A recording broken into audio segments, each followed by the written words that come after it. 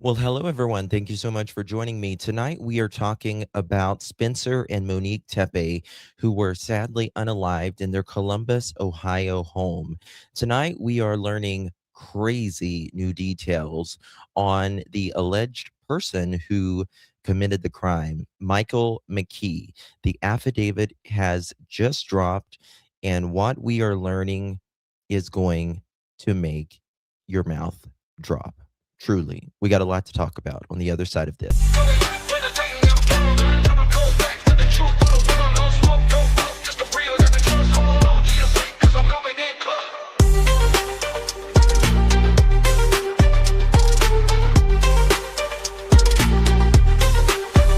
Coming in clutch, better tighten them pearls, nothing cold facts. Get the truth for the world, no smoke, no fluff. Just the real that we trust, hold on to your seat, cause I'm coming in clutch.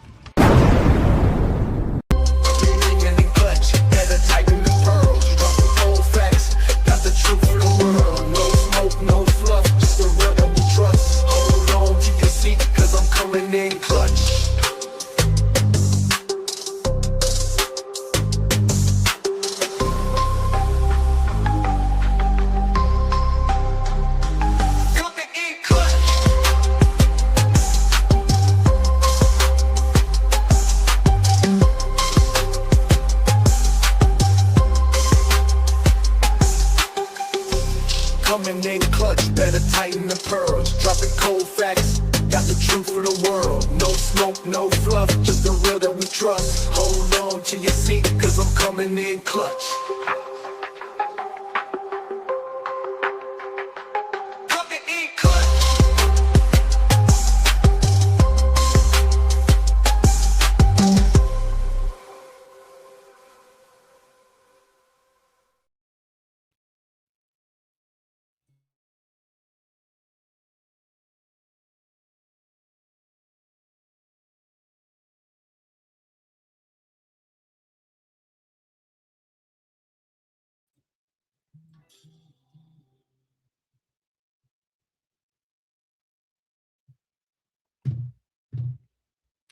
Well, hello, everyone. Thank you so much for joining me.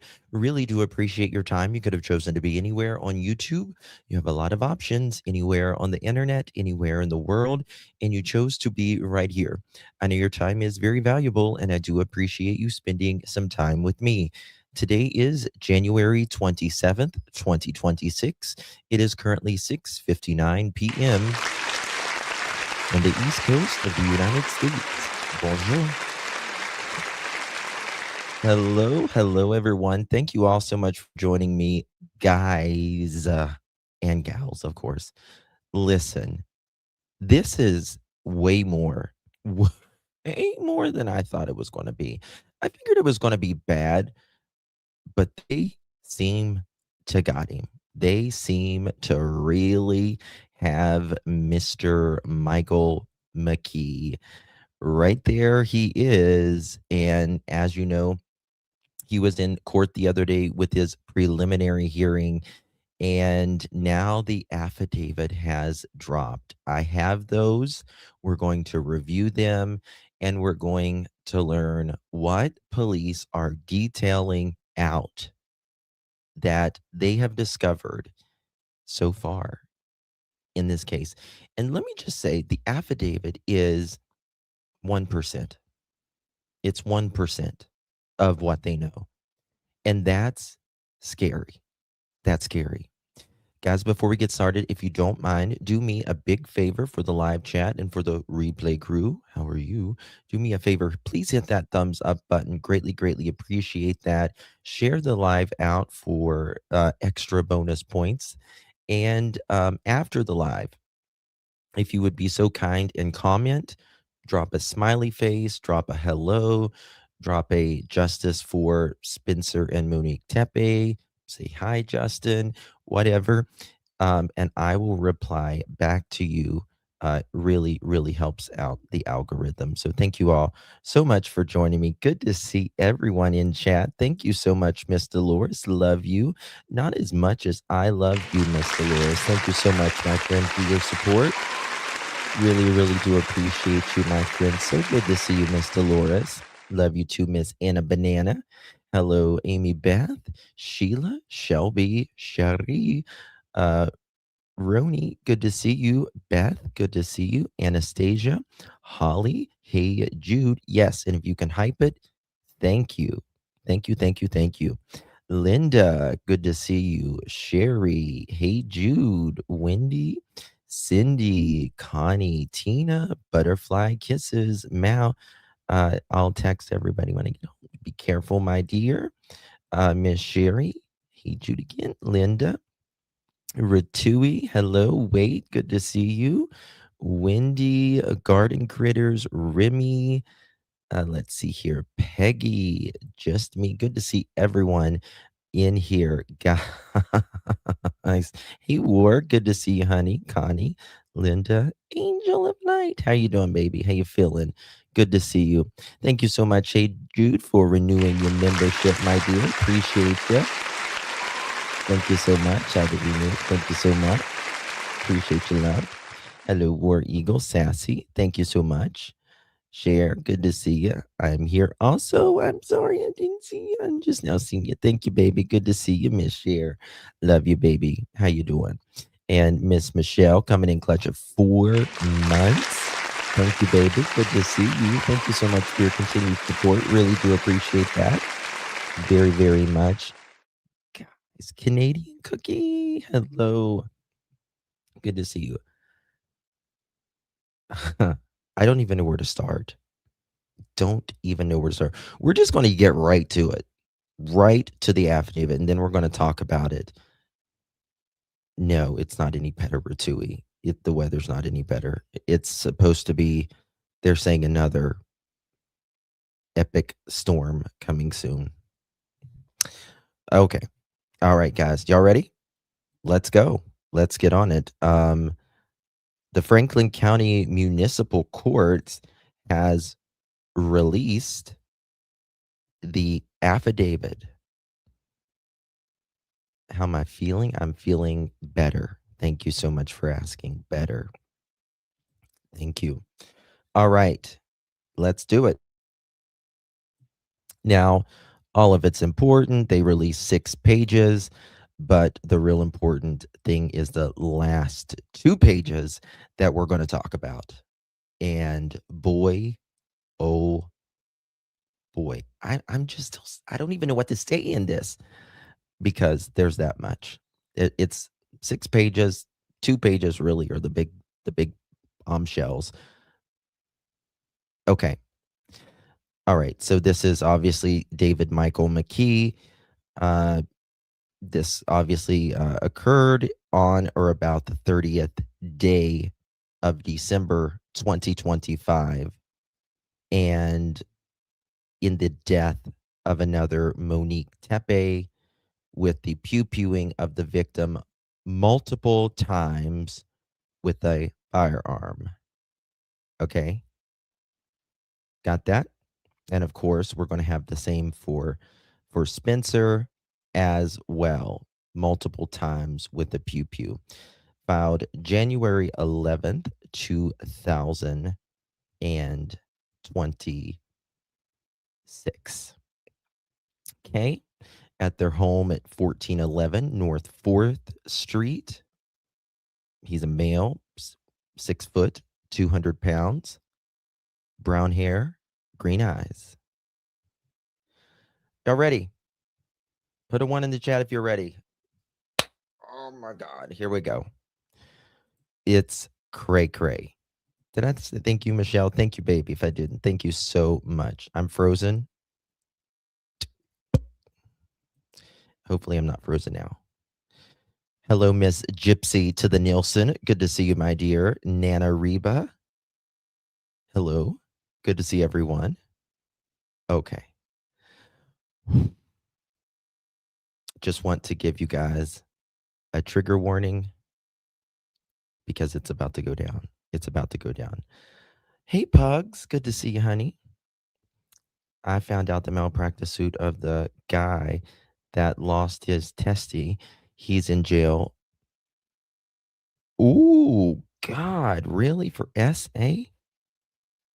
Oh my God. Mm. You know what I just thought? I just had a random thought. Maybe, allegedly, maybe both of his testes should have been off then.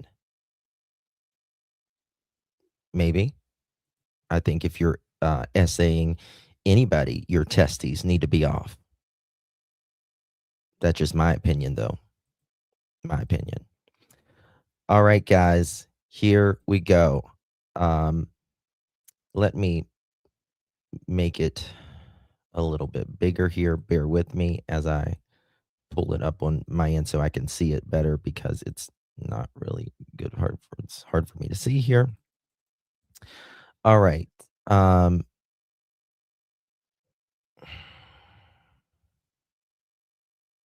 Man, 1 second. I don't know if this is the one I'm looking for. I apologize, guys. I always think I'm ready, and sometimes I'm not. Sometimes I'm not. Okay. Okay. On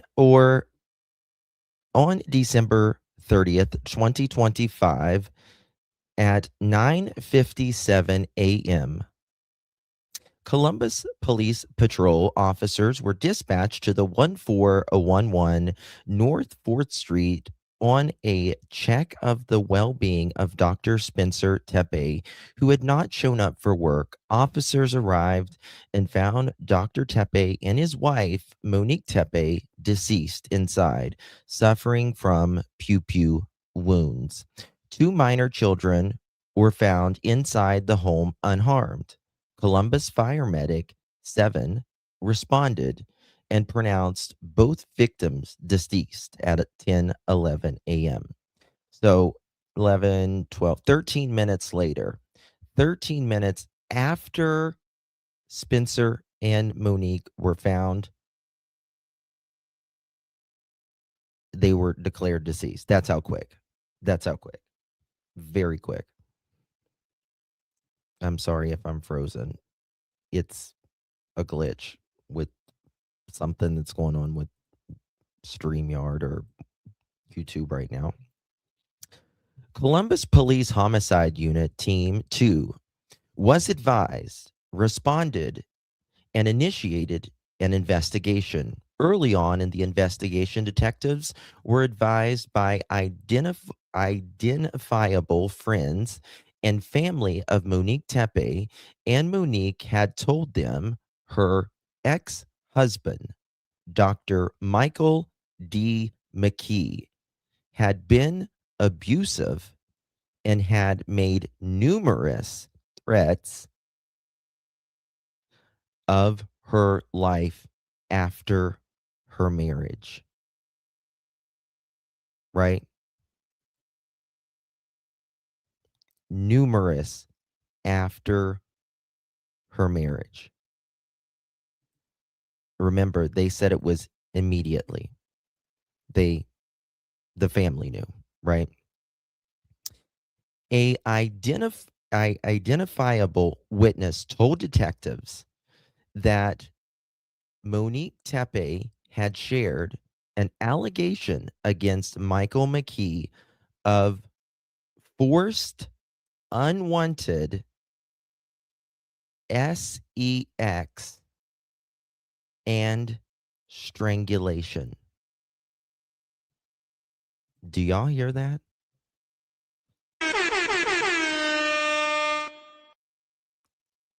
Forced and unwanted strangulation. Now, hello? Doesn't that kind of remind you of Daniel? Kind of reminds me of Daniel, if you ask me. It's kind of weird. I'm going to pull up my chat here so I can see you guys better. That's crazy. Absolutely insanity. 1 second, y'all. It's not even showing me. What is wrong with YouTube? It's not even showing me I'm live right now on my end. Okay. Maybe this will work. Okay. Yes, he is. Sicko. Sicko. All right, here we go. You guys are going to be shocked. Another identifiable witness told detectives that Michael D. McKee had told Monique that he could kill her at any time and would find her and buy the house right next to her, that she will always be his wife. Wow. I'm going to buy the house next door, and you are always going to be my wife. It's confusing. If she was in fear for her life, why would she allow her wedding videos to be posted? I don't know. I mean, I don't want to like say that, you know what I mean? Cuz everyone, like, you can live in fear but also live your life, be cautious, I think. I think that's, in my opinion, that's what it is. Because the saying goes like, he who angers you controls you, right? He who angers you controls you. So you can't let people control you either. You know what I mean?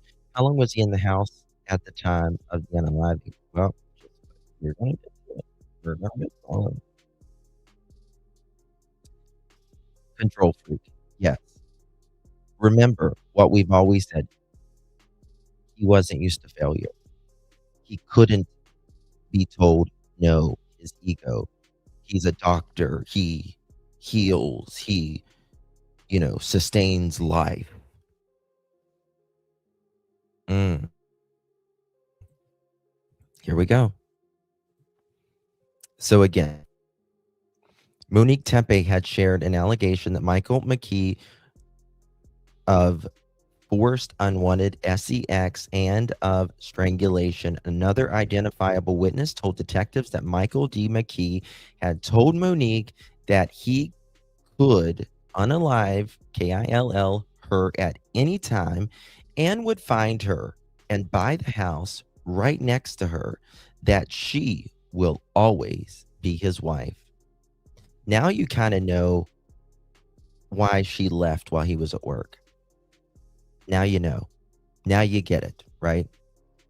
During the investigation, detectives were able to identify a suspect through neighborhood video surveillance.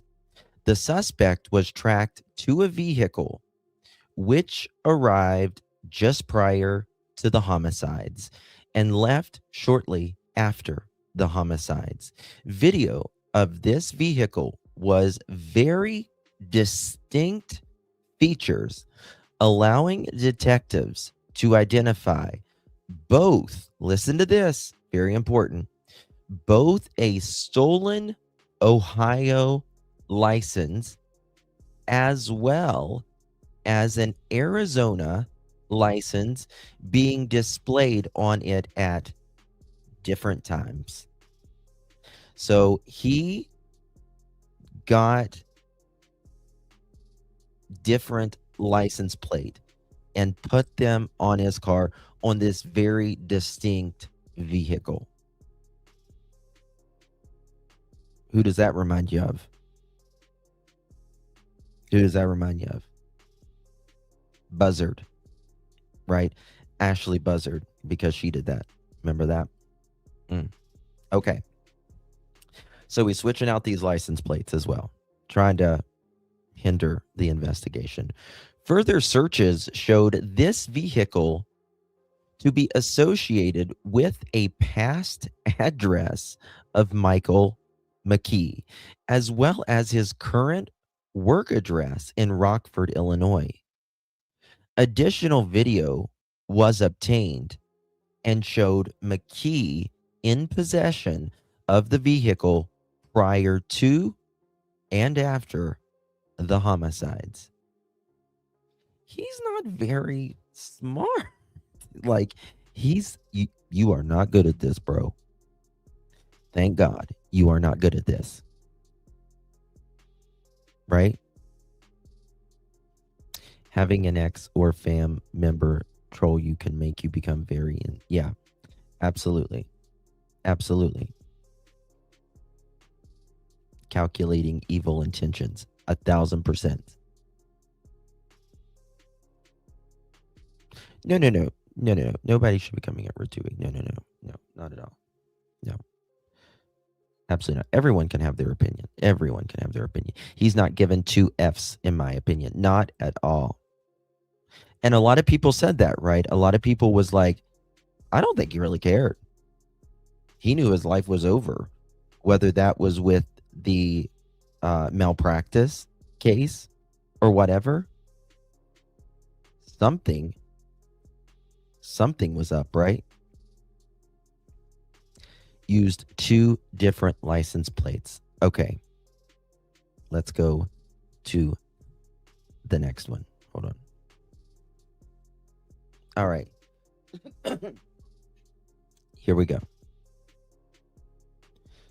Detectives also recovered video of the same suspect entering the Coleridge of 1411 North 4th Street on December 6th, 2025. December 6th, guys. They were not unalived until December 30th. 3 weeks prior. You guys are going to be floored if you haven't heard this yet. You're going to be floored. You know, we was wondering, how the hell did he get in there? Well, you're about to hear, in my opinion. You're about to hear. Okay? Oh my God. Okay. He was entering at 1411 North 4th Street on December 6th. And he went into their home and he exited a few hours later when the Tepes were away. Thank you, Chrissy. This man, police, prosecutors are saying Michael McKee drove from Illinois on, or was in the area at least, December 6th. Went to the Tepe's home, stayed a few hours, and left after a few hours. He was in their home. He knew their home. He knew their home, right? Wait, did he actually get in the house or was it the backyard? Keep listening. These are the dates consistent with the video of the silver SUV and are consistent with dates which Michael D. McKee was not on the schedule at St. Anthony Hospital. On January 9th, 2026, detectives seized the silver SUV, bearing the Arizona temp tag from the lot at St. Anthony's Hospital, Rockford, Illinois, which Michael D. McKee works. So on the 9th of January, I believe that's the day he was arrested, they got the silver SUV with Arizona temp tags from the lot of the hospital that he worked at in Rockford, Illinois. Detectives noticed a fresh scrape marks on the window where the sticker, marks on the window where the sticker, which had been on the vehicle prior to the homicides, had been hastily removed. You got it? That's definitely pre-planning. Obviously, stickers are a very identifiable thing, right, on your vehicle.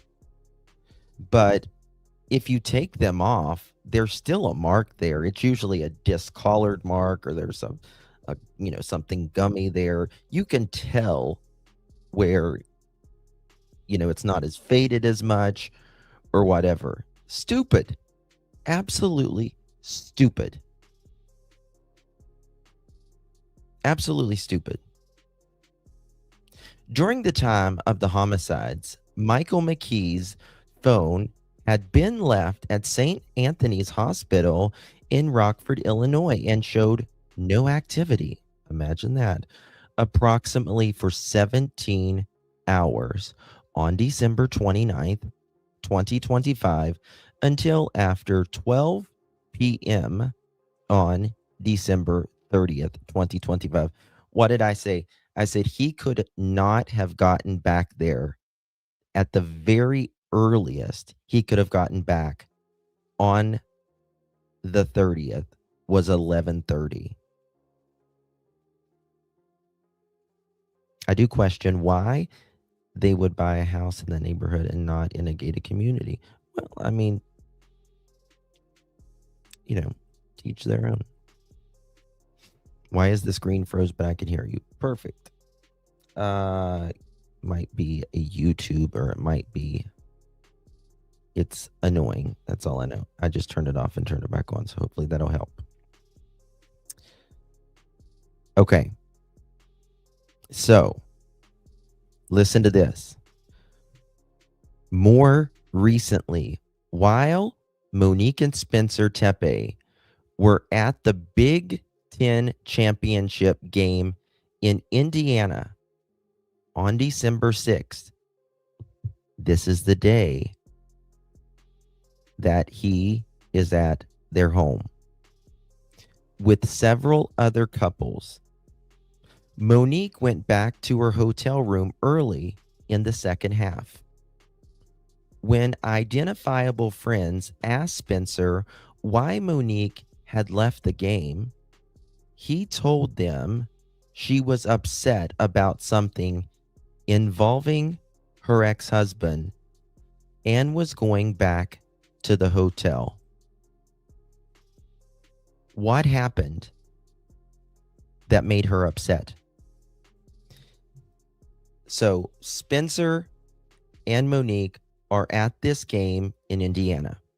During the second half of the game, Monique is visibly upset at the game with her friends. And she says, I'm going back to the hotel. It bothered her enough that it canceled her plans, essentially. Right? She couldn't fake it, right? Whatever it was enough to ruin her plans.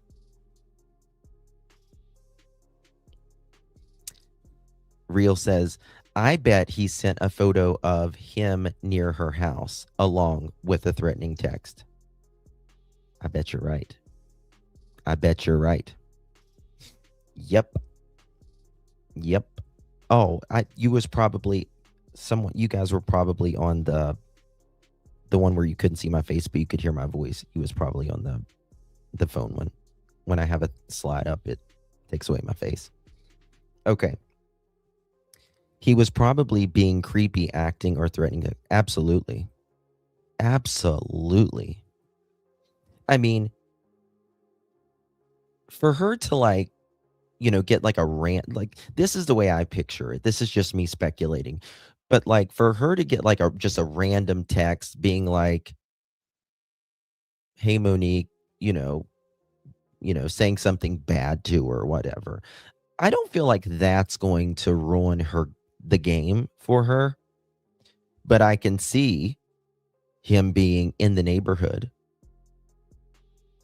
or in the yard or in the house and him sending a picture. Now, I can understand that. She should have called 911, told her husband that they should have cameras put up the next day.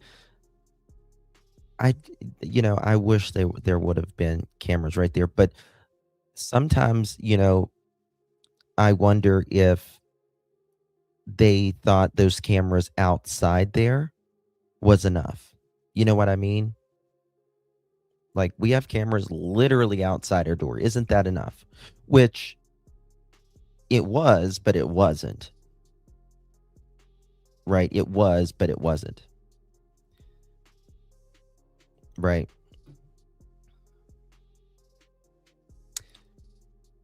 So, there's that. Okay. Let me show you this. I don't know if he entered the house or not, but I think he did, in my opinion. I think he did. I think he entered the house.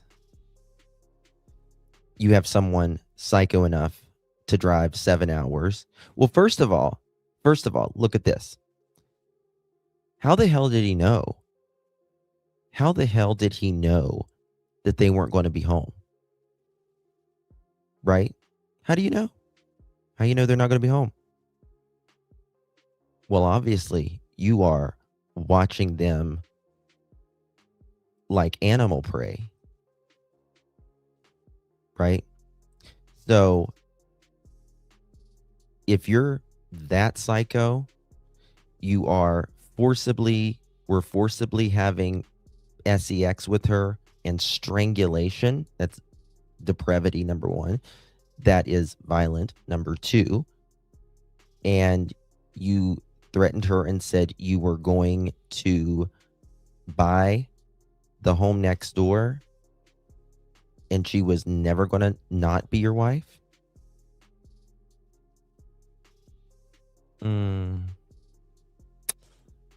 You'll go in the house because you went in the house allegedly when you unalived him. Right? He could have put trackers on their car. Absolutely. But here's the thing. He lives 6 hours away, 5.5, 6 hours away. Oh, thank you, Amy. He has this. I doubt this story has this been well verified. It's a probable cause affidavit. They have more than enough proof. I don't get how she gets upset at the game. You are there watching this really significant game. Well, it's a game, though. When there's a game, and then your life is not a game, though. Right? Your life is not a game. And you have kids to worry about. You have a husband. And obviously, prosecutors have that text. Everything that I read there is a fact, according to prosecutors and police, that they have. I mean, an affidavit is 1% of a case. It's just the points. This links to this, and this, to create a summary, a detailed summary, if you will. That's what it is. She was terrified of him. Absolutely. And they made that extraordinarily clear, right? She made that extraordinarily clear to people. So, they got it there. They got it there. All right, guys, listen to this. If you're just joining us, thank you so much for joining. Please hit that thumbs up button. We are talking about the Spencer and Monique Tepe unalivings. The probable the affidavit, the probable cause affidavit that was released earlier, just a little bit ago, on the murders of this case. And it is way more than I ever thought. Newly unsealed Columbus police affidavit obtained by ABC6 reveals when Monique Tepe and her husband Spencer were watching the Buckeyes in the Big Ten Championship December 6th in Indianapolis with friends. Monique's ex-husband, 39-year-old Michael McKee, was captured on video on the Tepe's North 4th Street home property, spending hours at the home before leaving. Just 3.5 weeks later, the Tepe... It says spending hours at the home. Now, whether that was inside or not, we don't know yet. I think it is. Again, I think it is. Absolutely. It has to be facts or the judge won't sign it. 1,000%. Yep. Yes. Whatever. Yep.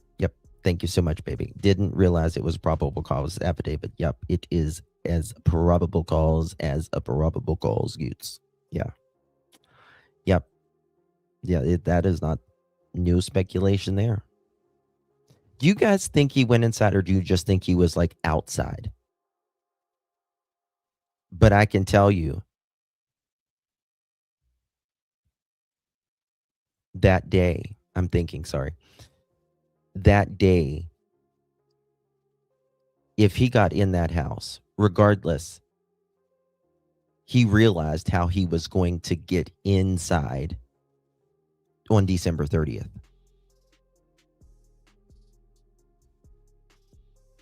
Right? Regardless, whether he was inside or not that day, you can bet your assets that he was determined to get in there on December 30th. Oh, fuck you, it freaks you out. Mm-hmm. Yes. Can you imagine someone being in your house when you're not there? You don't like them. You're afraid of them. And it's like, it's literally hunting you inside, Dolores says. Yes. Thank you, Miss Dolores. I agree. Yes. He must have had some kind of camera close to the house. Well, not necessarily. What if Spencer and Monique's friends said they were going to the game with Spencer and Monique? Guys, we got these tickets, going with some great friends, tagged with Spencer and Monique, or their names mentioned, or whatever. You got to think about this. Let's say 5.5 hours each way, right? 5.5 hours from his house to Ohio, back. Illinois to Ohio, back. That's 22 hours of driving both trips. Minimum. That's no stopping, nothing. He spent essentially a full day of driving on December 6th and December 30th. You are a nut. You are a fruit cake if you did that. He's found shot to death in their home December 30th. Their young children sleeping a few feet away, unharmed.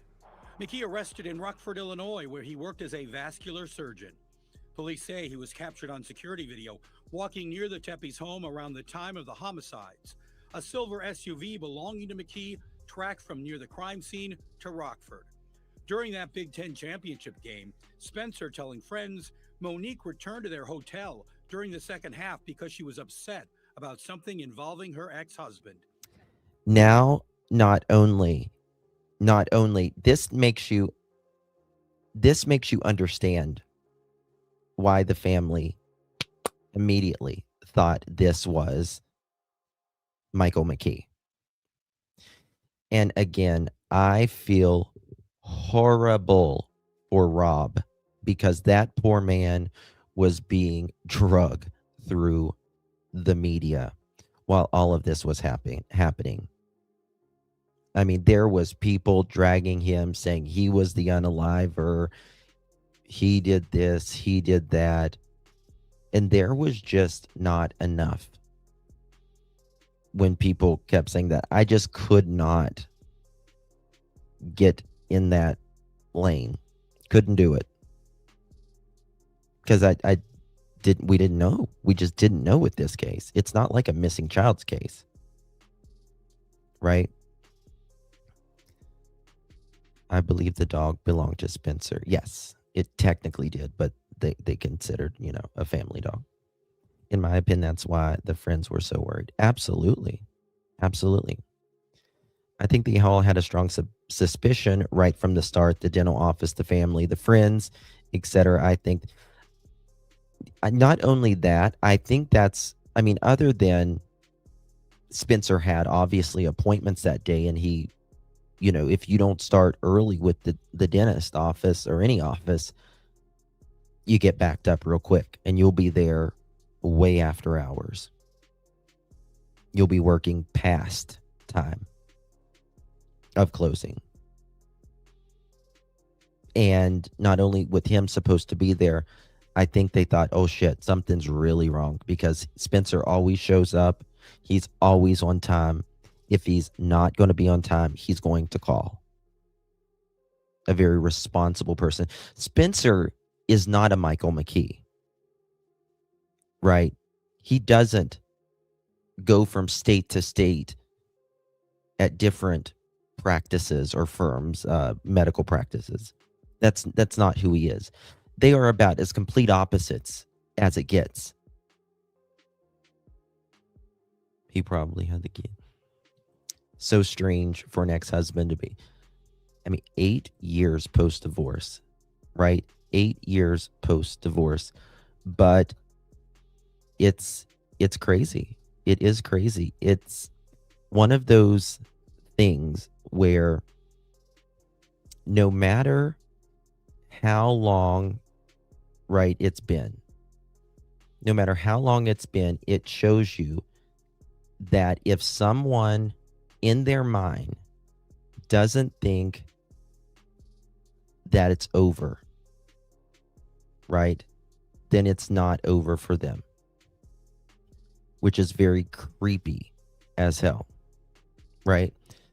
A normal person, whenever they're done with a relationship, right, they grieve, they recalibrate, they move on, and they accept, right, that they're not entitled to someone else's life. But someone who is disoriented, control driven, when they don't move on, don't recalibrate their life, can't let go, they collect the wounds, the hurt, the whatever. They collect the humiliation. I think that's what it is. I think he collected humiliation, right? He kept a mental file for years on this. It wasn't love. It was for him, it was ownership. It was really ownership. You are not my other half or my better half. I own you. And you will listen, or else. One or the other. I have 2 separate camera systems, alarms at my house, Wi-Fi, and hardware. Yeah. Good. That's the way. Yeah. I looked up a cell phone number by Googling. Also, if you Google a name, you can get the address. Sometimes, yeah. A lot of times. Depends. ABC6 asking Columbus Police Chief Elaine Bryant 2 weeks ago if McKee had been seen in the neighborhood shortly before the murders. Neighbors had said that they had seen McKee in the neighborhood and in front of the Tepe home days before the homicide. Can you confirm that? At this time, we're unable to talk about specific information, but Remember that? Remember that rumor that was going around that the neighbors allegedly said that they saw Michael McKee in front of their house prior to, the homicides. I'm wondering now if that was December 6th. Also, get this. I wonder if Spencer and Monique, did they go to the neighbor and say, can we look at your surveillance real quick? Because I'm dealing with an old ex, a psycho. Did they know that at the very minimum, Michael McKee was at the front of their house for 3 hours? I don't think someone just sits or stands in front of someone's house for 3 hours. You're doing something. Like if you didn't go inside, you're there looking around. You're there plotting. You're there knowing how you can get in. But I think it was a dry run, if you will. So he could know it's one thing to see a floor plan. It's another thing to be in the floor plan, right? It's a whole nother thing to see a floor plan, see the pictures, but until you are in the floor plan, until you experience the floor plan, that's when you know, right? And that is creepy as hell. And if they knew he was in that house, did they make any police report?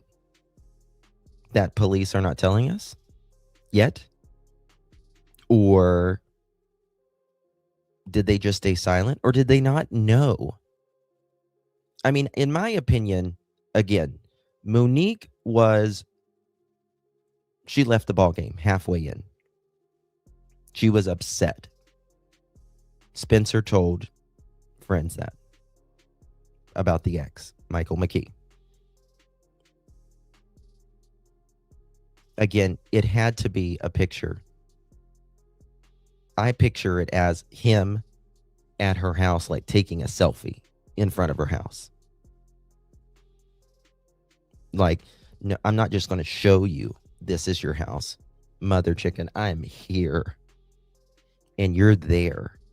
What are you going to do about it? What are you going to do about it?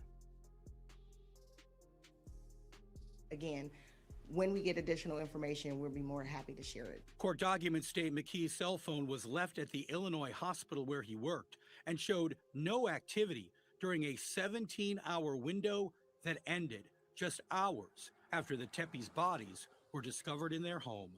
This affidavit states early in the investigation, friends and family told police Monique had said McKee had been abusive and made numerous Which video cameras, Susan? Which video cameras? threats on her life during and after their marriage, including unwanted sex and strangulation. McKee telling her, quote, he could kill her at any time and would find her and buy the house next to her, and she will always be his wife. Just last week, McKee pleading not guilty to aggravated murders and burglary charges. He remains locked up in the Franklin County Jail on no bond. On your side, Steve Levine, ABC 6 News. Thank you for watching the ABC 6 News YouTube channel, bringing you breaking news, stories, sports, and original content throughout Central Ohio. All right. So we're going to, let me get to this real quick, and then we're going to talk about this. We're going to show you something. Your home is even more beautiful in person. Creepy. Shit. Ugh. Very creepy. And Spencer Tepe double murder. just got my hands on the unsealed affidavit from when Michael McKee was indicted on the 5 counts, the 4 counts of aggravated murder and the count of burglary. Now, Columbus police say that they spotted McKee's car through surveillance video. We know that, but that they spotted 2 different license plates on his car. And also when they picked it up in Rockford, that there was a sticker on his car that obviously, according to the CPD affidavit here, that he had hastily tried to take it off. Now, they had spoke with many of Monique and Spencer's close friends right after the homicides happened. And nearly all of the friends said that Monique feared for her life from McKee, that he was both sexually and physically abusive towards her in the marriage. And they also said that there was actually a time right before the homicides, it was for the Big Ten championship, just a couple of weeks before the homicide, that Monique actually left the game early because she was so upset because of something that had happened with her ex-husband. There's no other explanation really given in the affidavit, but just weeks before the homicide, she was that upset that she left the Big Ten championship game. Now, we're expecting to get more details, but this affidavit sheds light onto why Columbus police focused in on Michael McKee so quickly in the investigation and some of the evidence that they now have against him. An update in the Monique and Spencer Tepe double murder. I just got my hands on the unsealed affidavit. So not only does it say like he owns her, right? He wanted to own Spencer, or Monique rather. He was sexually aggressive, right? And liked strangulation, which is violent, very, very violent. And that is very, very concerning. Let me get my graphic here. If my computer... Guys, I don't know what is wrong with StreamYard right now, or YouTube, or both, man. God. Trying to get it. I apologize. Maybe. Okay. Right. Which the whole act of choking someone while you're having intimate relationships, that is domination, right? That's domination. Could she have had a restraining? I would think so. You know what I mean, Remy? Like, if she was scared of him and he had been threatening her, why not get this? I don't know. She could have feared that it could have hurt, I don't know, even Dr. Tepe's name or something. You just know, you don't know. You know what I mean? Oh my God, Canadian. Thank you so much, Mama. Thank you. Appreciate you so much for gifting that pearl necklace. We really do appreciate you. Thank you, babies. You received that. Oh, you gave another. Thank you so much, my love. You received one of those pearl necklaces. Make sure you give our gal a big old thank you. Thank you so much, my darling. Really do appreciate it. Welcome to Clutch Them Pearls. Yeah, you're in the clue. Shine bright like the stars. This world never knew. We're dancing, laughing all around this world. Hold tight, shine bright. You're part of our pearl. Thank you, my love. Appreciate you very, very much for gifting that. Let me pull this up so I can see the chat, because it's okay. We're going to move on here, but it shows a lot of domination, which is quite scary. Quite scary. It also shows that it's unwanted sex. It's not intimacy, right? There's a difference between being intimate and that as well, right?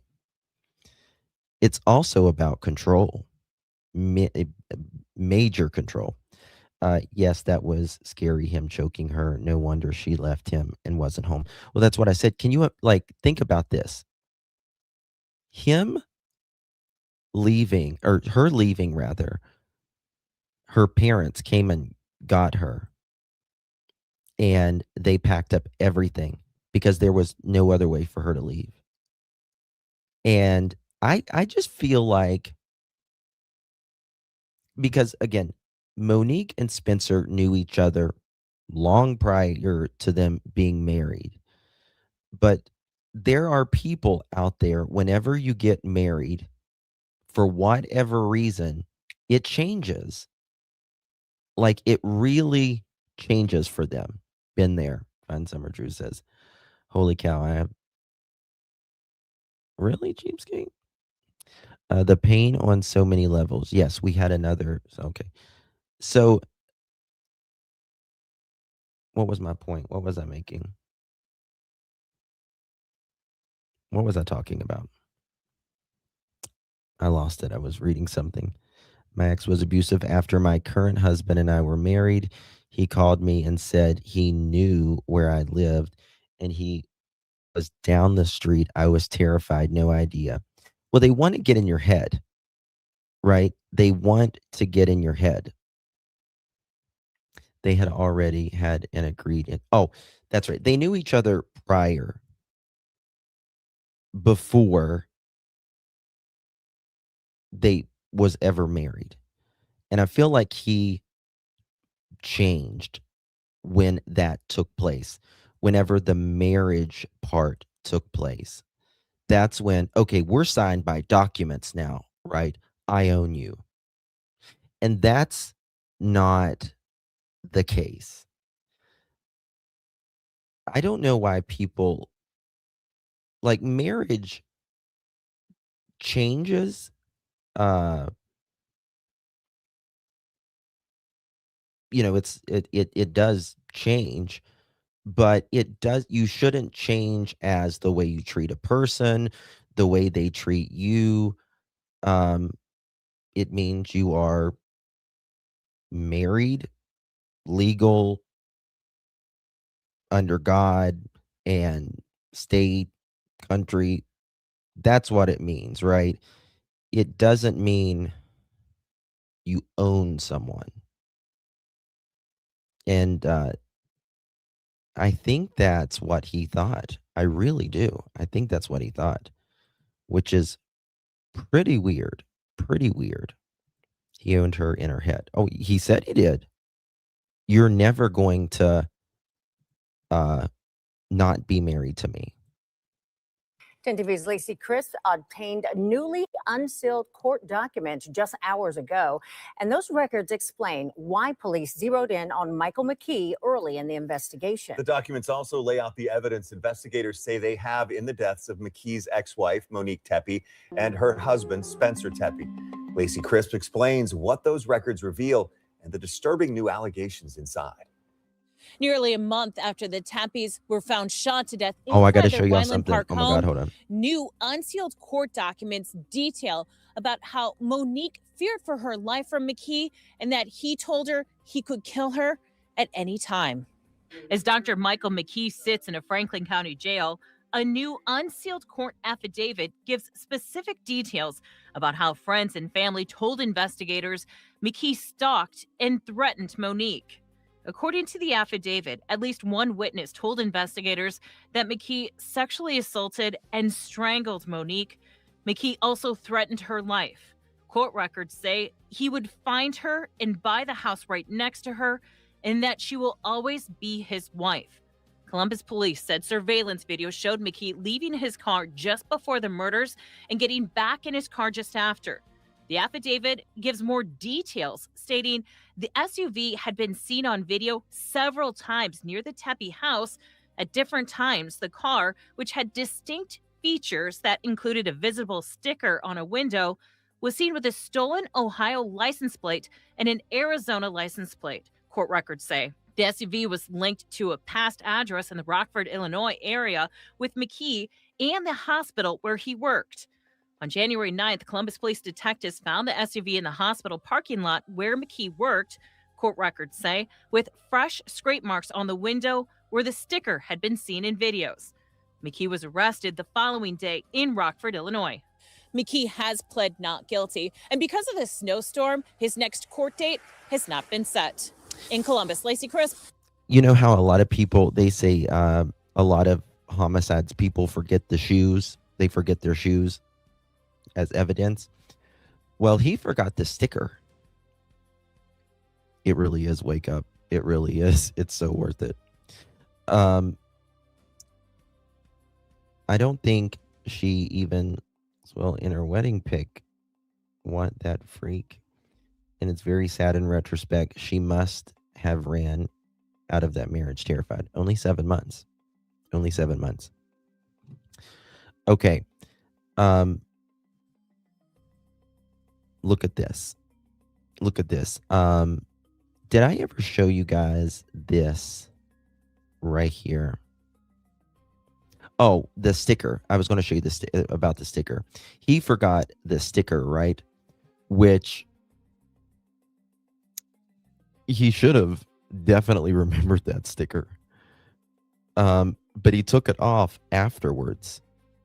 And that's just not good. Which one is he? Which one is he? There he is. I'm pretty sure that's him, right? Is that him?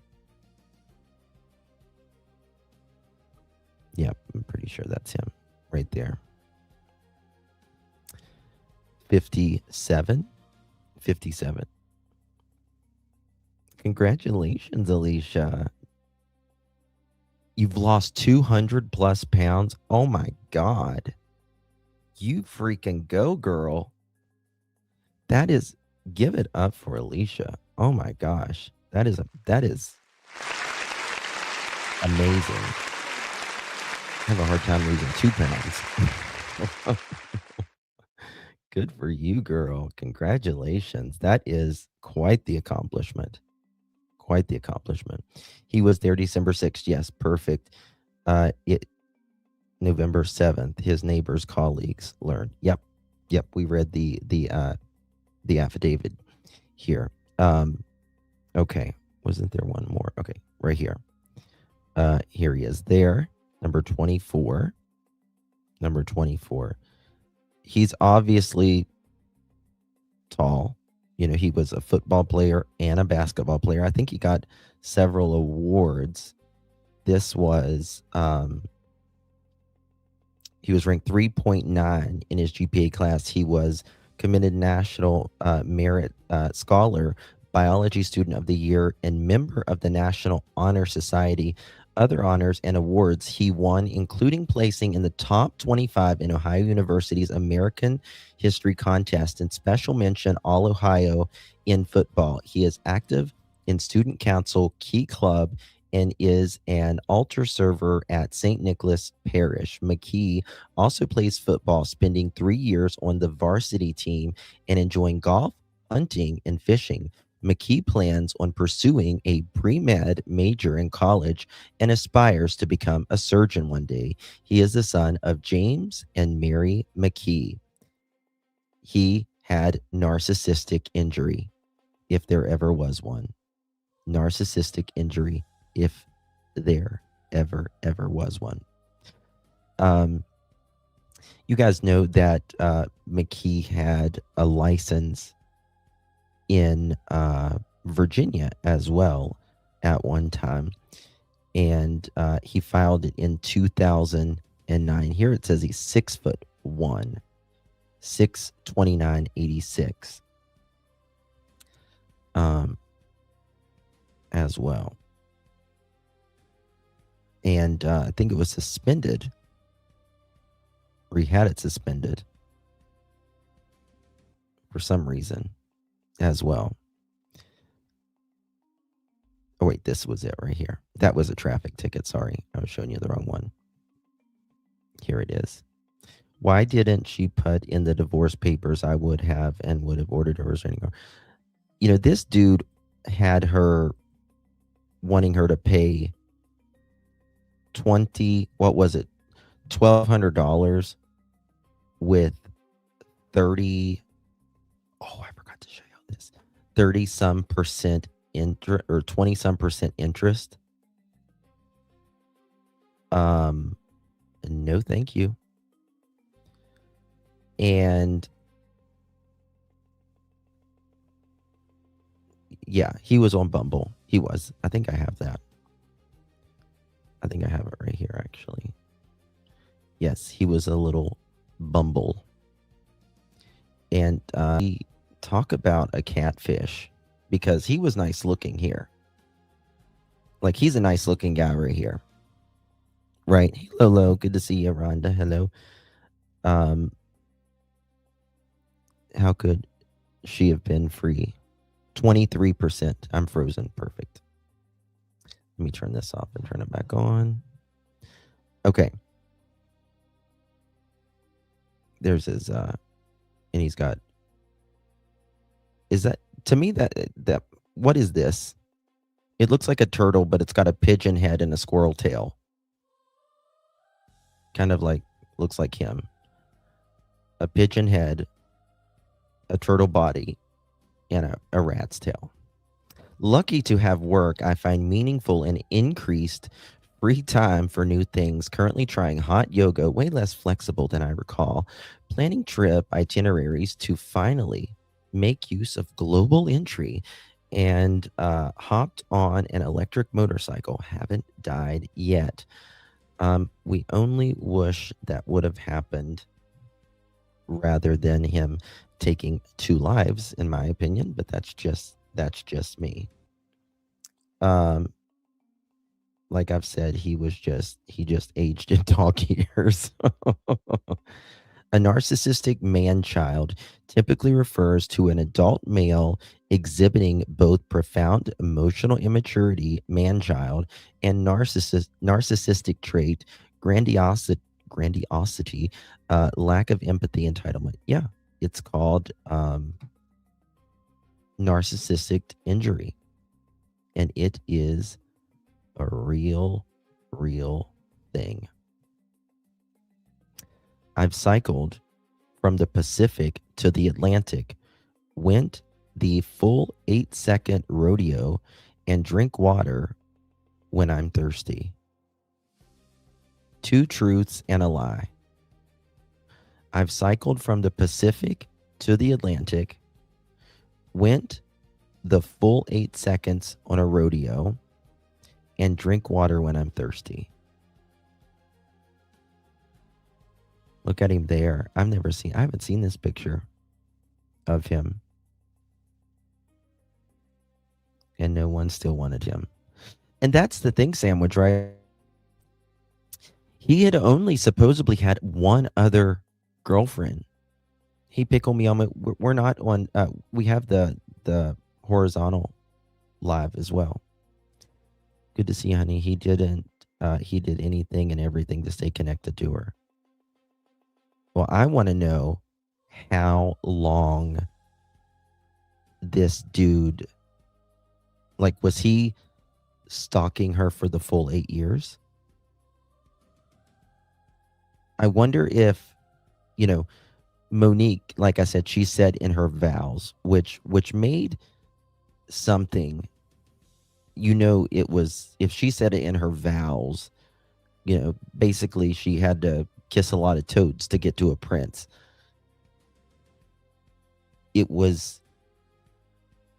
She was grateful for Spencer, and she realized what she had all been through. And Spencer was supposedly very protective. Just go to my channel and go to the live, and it should be, there should be 2 lives there. Right. I guess this is him with a bunch of doctors, but look, he's the biggest guy there. I mean, other than this man, but he's like the biggest guy there. I wonder what every one of these people thinks, all these doctors and nurses and all that. I wonder what they think. Oh, yeah, this picture. I forgot about this picture. Wow. Just crazy. Absolutely insanity that, he's done this. Oh, wait, hold on. I think I have his malpractice. Let me see if it was up to date, guys. Does it say if it's up to date? Where's this malpractice thing? Let's look. You know what, guys? This is interesting. Because I was wondering if he had his malpractice insurance. Well, oh God, sorry. This is Spencer's. Sorry. No, it's not.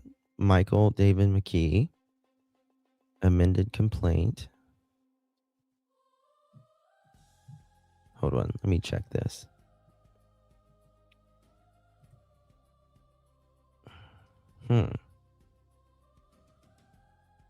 Yep, this is Michael David McKee. 517. What? Give me a second. When was he in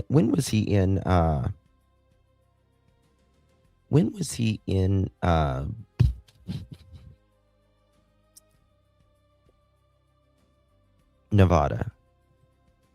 How did he know they didn't have a home alarm, or did they? Good question. Good question. She had an education and she would have been an asset to any community. God bless her family and the Tepe family and help the children grow strong and healthy. Amen. Yeah.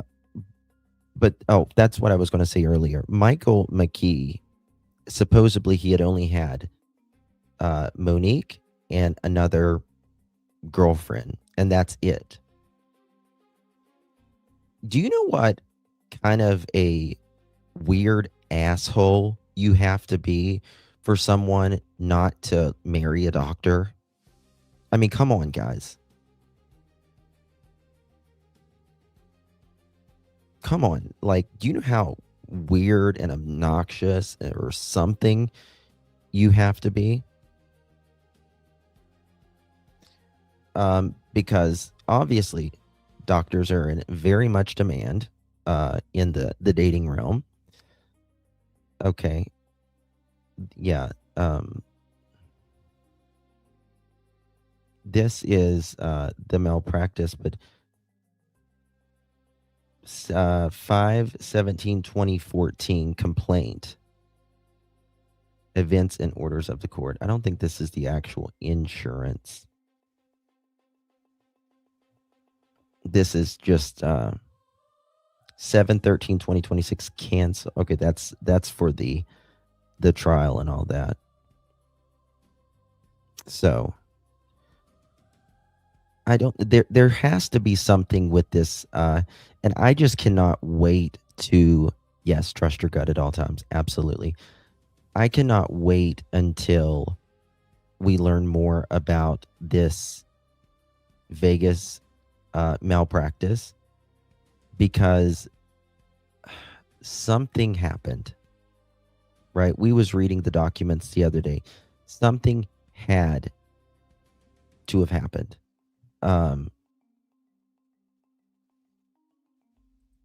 What is this? Okay, this is his controlled substance license where he was allowed to issue with the I think it's with the DEA, or the Illinois Department of Finance and Professional Regulation. Oh, that's how it's okay. Something had to happen. More than one malpractice. Yeah.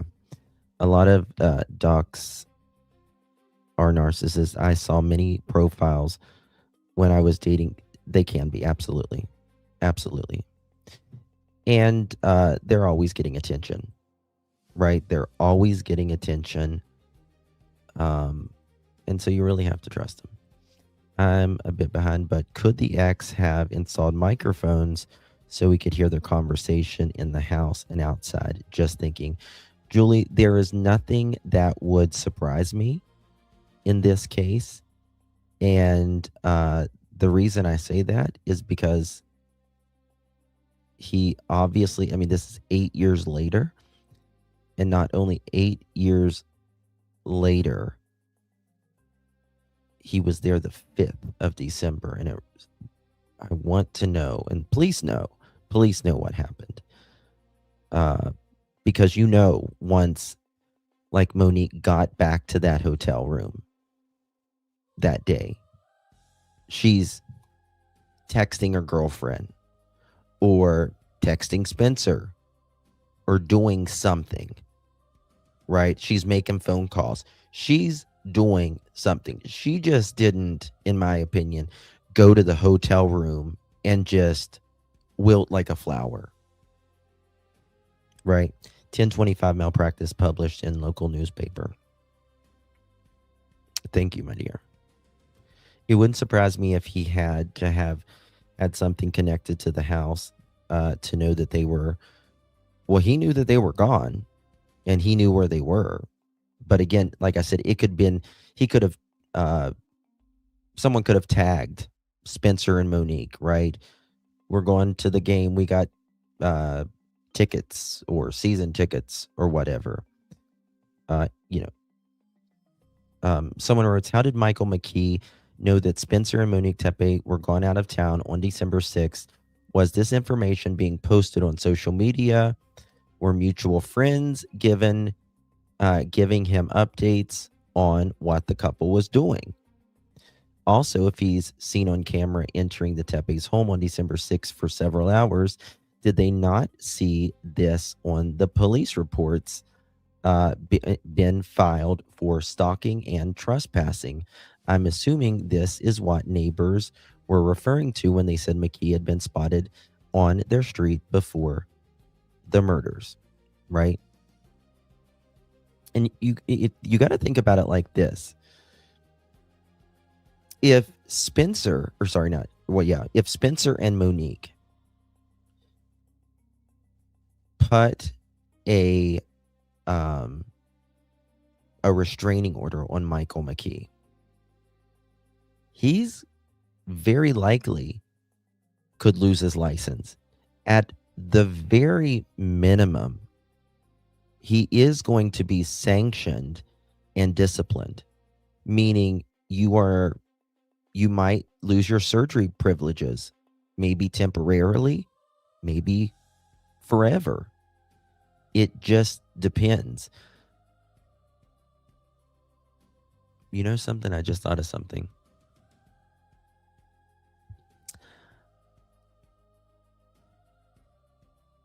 It kind of makes me wonder, did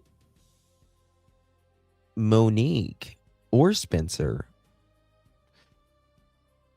did they report this? Because we don't know if they reported it or not. We just have this probable cause affidavit and they give us minimum details. But did they report Michael after this? Was there potentially some discipline, or they talked to him but he didn't lose any privileges, and Michael was like, oh, you're trying to hurt me again, even though he had just went to their freaking house on December 5th, right? Like, I can do this to you, but you try to do something back to me. That makes me wonder that. It's a possibility. I'm not surprised at all. When I heard they like traveling, I wondered if he went in their home. Well, it sounds like it. Yes. Yep, Brian. We read the malpractice documents about what is alleged in the lawsuit. It's crazy. Hey, Sarah. The Columbus police said that there was never a report from Tepe and Michael McKee. Where did they say that at? I want to. Interesting. I've not seen that, but I'm not saying that didn't happen. When was this? One updated. Okay. Let me look at this. What is this? Originally went Okay, we know that. Make sure this is updated.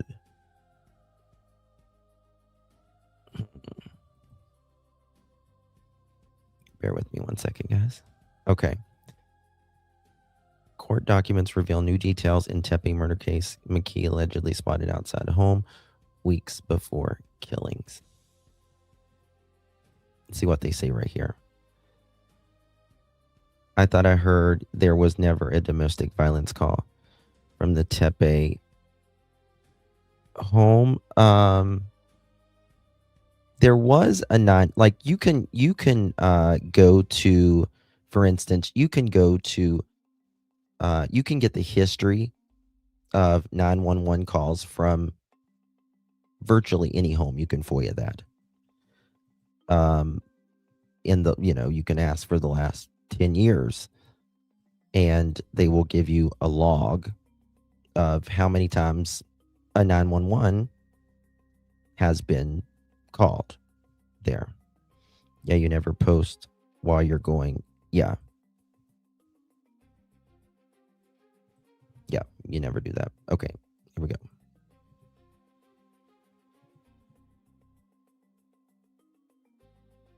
According to the court affidavit, McKee threatened to kill Monique not just while they Look were at all the married, snow. but after.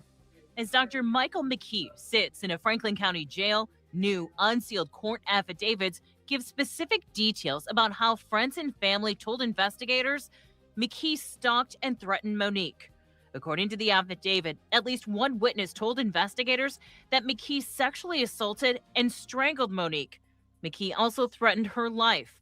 Court records say he would find her and buy the house right next to her, that she will always be his wife. I'm really truly heartbroken over the loss of my friend and her husband. I've heard so many amazing things about him and just how he gave back and how amazing he was. So I just it just doesn't sit right with me. According to the affidavit, McKee visited the couple's Wyland Park home weeks before they were found shot to death inside that home. Court documents say video shows McKee entering the Tepe property on December 6th and exiting a few hours later. On that date, the McKees were at the Big Ten championship game in Indiana with several other couples. According to the court document, the affidavit states that Monique went back to her hotel room early in the second half because she told Spencer she was upset about something involving her ex-husband. I asked family and friends today if they knew if Monique saw McKee on the family surveillance cameras or why she was so upset. They did not know. McKee was arrested in Rockford on January 10th. Police searched McKee's Chicago condo, and according to Columbus Police Chief Elaine Bryant, guns were found and there was a preliminary ballistics match between a firearm found at the condo and evidence from the crime scene has been established through a national database. She was just such a positive person, and she was just anytime I've seen her, she always had something positive to say. It was never anything. And she would just always commend me, girl, how do you have 3 kids and you're still up walking around breathing? How are you doing this? And I'm like, listen, girl, I'm hanging in there. I'm hanging in there. McKee pled not guilty and is still being held in the Franklin County Jail. His next court hearing has not been scheduled. In Columbus, Lacey Crisp, 10 TV News. Guys, look at this right here. Look at this. So we were talking about Michael McKee being at that house. Remember, for several hours, it's not stated he was in the house. It doesn't say he was in the house. It doesn't say he was in the house. But he was obviously there for hours. So look at this. Look at this. Let me show you this picture. There was this in front of their home. Do you see that? I think it's Simply Safe. Simply Safe, which is obviously a security system. Oops. Let me do it this way. It's a security system, right? Now, I know people are like, Well, how did he get in there at night if there is a security system? How a security system works when you're inside, there is, when you're gone, there is motion detection. There's motion detection. When you're inside, that motion detection is not set because you're moving around through the house. So the only thing that is set, if you set it, which to be honest with you, most people don't set it at night. They usually only set it when they're gone. But if you set it when you're gone, like if a window is open, sometimes they have window alarms. If the window is opened, it'll go off, or a door is opened, it'll go off. But when the motion is on, even if there's not a window sensor or a door sensor, when you step into the house, it's going to go off. Right? You have about 30 seconds to get to the security system. Or you can have, like, you might be able to set it, set it from your phone, or turn it off from your phone. Or sometimes you have a keypad, right? Okay, Alicia, I got you. I'll look. Now, if that's, yes. Some lady, one second, where he discussed. Yeah, we're going to talk about, thank you for reminding me that, because I have a whole presentation on that.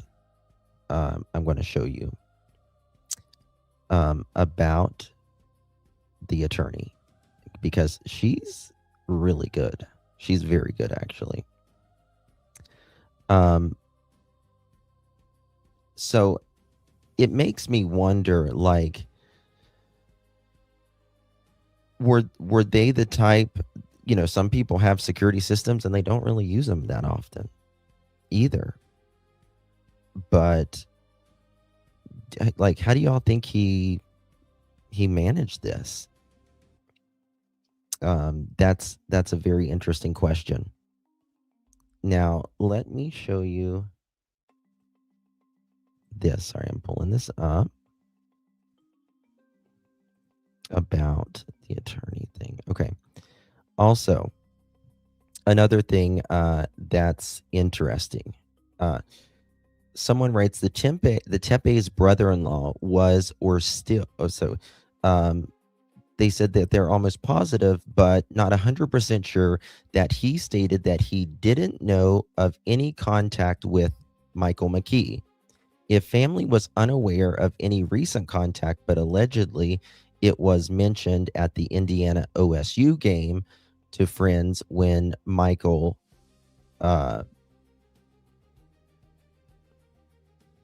sorry, what is this? Sorry, when Monique Tepe walked or taxied back to the hotel, I find it very confusing. How did McKee know she was at the game, and how did he know one was at the house?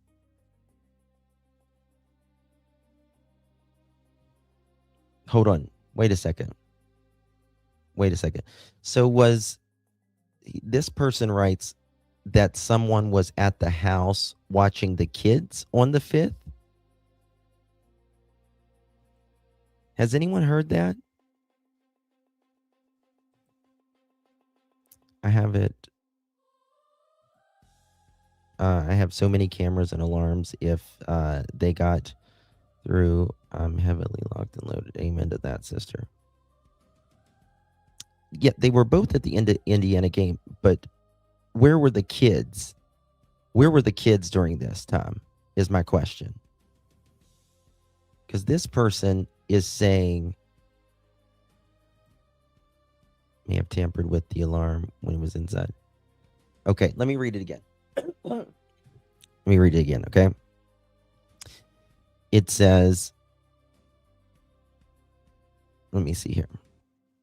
Not 100% sure that he stated he didn't, that the brother-in-law, he says that this person is saying that the brother-in-law stated he didn't know any contact with McKee, Michael McKee. If family was unaware of any recent contact with Michael McKee, it was mentioned in the affidavit that we just read about the Indiana OSU game to friends when Monique Tepe walked or taxied back to the hotel. I find that very confusing. How did McKee know that Monique was at the game? How did he know no one was at the house? Oh, how did he know? Sorry. How did he know no one was at the house watching the kids there? Also, let's say my ex from 10 years ago texted me or sent a message through social media. It seems off to me that Spencer Tepe didn't walk her back or ride with her and then go back to the game, even if Monique Tepe minimized what happened. Well, I think that they realized that but Michael was at the house at the time. But that is interesting. Like, how did Michael McKee not know, for instance, that someone was watching the kids that day at the house? Right? Were the kids with Spencer and Monique that day? Or were the kids with family? Like, he had to know.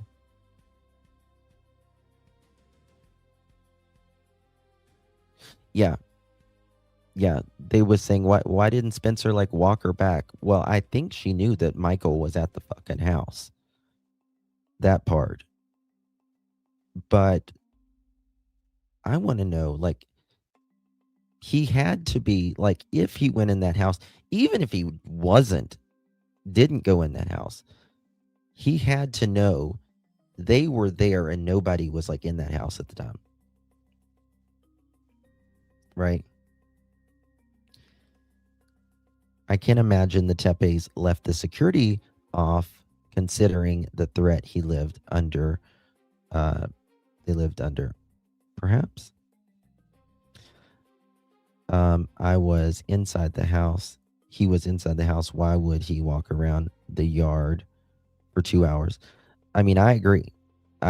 But, he could be casing the place or whatever. But I think he was in the house. I don't think he let her know he was at the house, or they would have called LE. Maybe.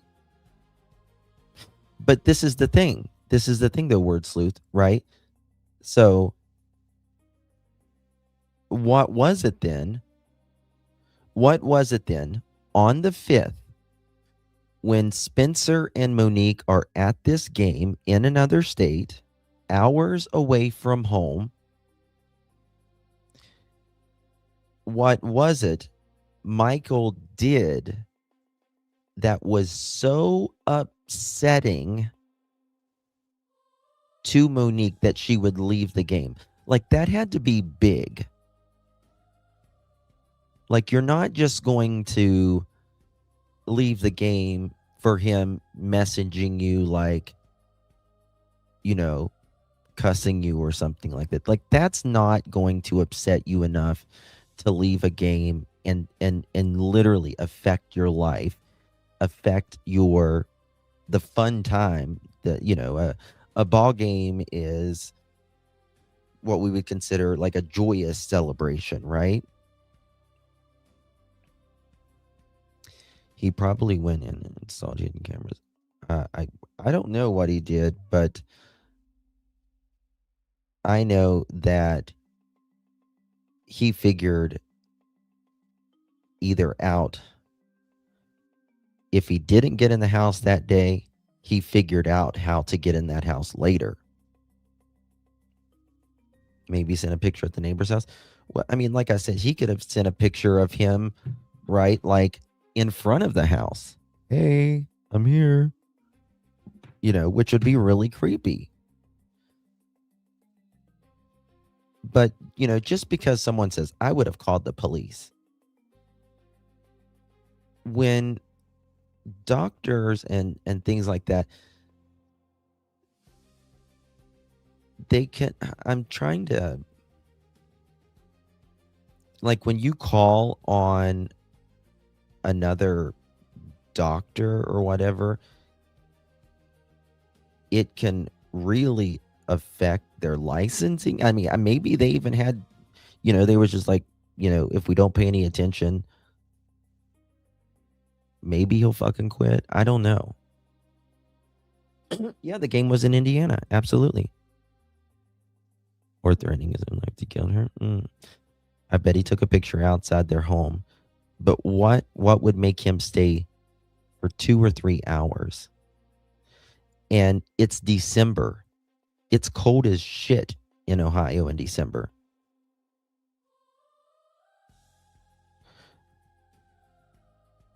I mean, anything is possible, Cher, right? Justin, is it possible that he and Mo were in touch for some reason? I mean, on December 5th, obviously he got a message to her one way or another. Right? I think we can all agree on that part. Like, whatever happened on December 5th, he made sure Monique got the message, whatever that message was. And he was, at the very minimum, standing in front of her house. I think he left something inside one of the window locks or door jambs, like gum or something, so it appeared closed, and that he locked so he could come back later. He did something. Definitely terrorizing. Yes, he contacted her December 6th, the day he was in the house. I mean, it doesn't say he contacted her, does it? I mean, let me look at that document, how it says it. This document, how does it say it? Let's go back to it real quick and see how it words it, because it's going to be the most minimum information we can get, right? Okay. More recently, while Monique and Spencer Tepe were at the Big Ten Championship game in Indiana on December 6, 2025, with several other couples, Monique went back to her hotel room early in the second half. When identifiable friends asked Spencer why Monique had left the game, he told them she was upset about something, it just says something, involving her ex, and was going back to the hotel. Why was it just upsetting to Monique and not to Spencer? I mean, this is the thing. It probably was upsetting to Spencer, right? But guys generally deal with things a lot differently than women, right? And that Monique not only had, she knew the potential of Michael McKee, right? She lived it.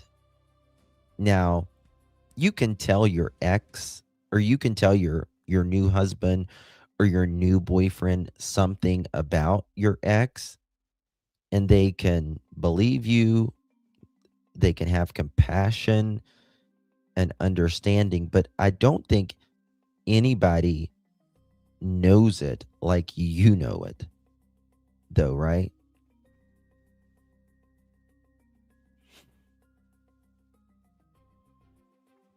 That's a good point, Ratui. Very good point. I absolutely now believe the neighbor took a picture of him and just said, this big guy is looking at your house. That's what freaked her out. Very good possibility. Yes. That makes sense. Because remember, the neighbor has a lot of cameras. A lot of cameras over there. And the neighbor was very close with the Tepes. Right? And so, you know, like if you are friendly with your neighbors, or you've ever been friendly with your neighbors, and you know, especially your neighbors out of town, right? Hey guys, we're going out of town. Can you just kind of keep an eye on the place? Or you just know they're out of town or whatever. Think about someone's there that's not supposed to be there. That makes sense. Yes, absolutely. That's a very, very good point. If he let her know he was at her home and the kids were there with the sitter, she would have let the sitter know to call Ellie. Yeah. Hello, Vicky. Good to see you. Neighbor, all those cameras like Fort Knox. Yeah, they had a lot of cameras. I mean, that's the most thing that would make sense to me, like Rutui just said.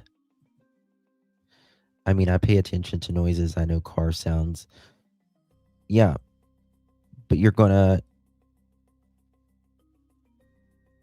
know. And you're gonna, even if you don't know your neighbors out of town and you're close with them, you're going to, someone's out, let's say someone's outside of your house for 2 or 3 hours. Because those houses are so close together to begin with that you're going to be concerned for your own house even, in my opinion, right? Like you're going to be concerned with that. Of him showing up on the property, but couldn't say in the affidavit of what happened after. He doesn't leave until 2 hours later. It's already cold in Columbus in December, but the temperature was colder than usual. Let's check that. Let's check that. What was the temperature? What was the temperature in Columbus, Ohio, on December 5th, 2025? Okay.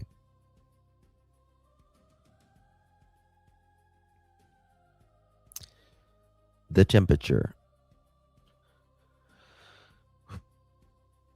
It was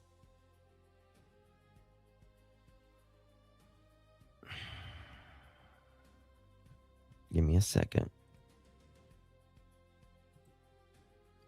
The temperature on December 5th, 2025, that was on a Friday, and the high that day was 28, and at nighttime it was 18. That's really cold. The Tepes would have pressed charges if he had broken in, if they could have proved it, yeah.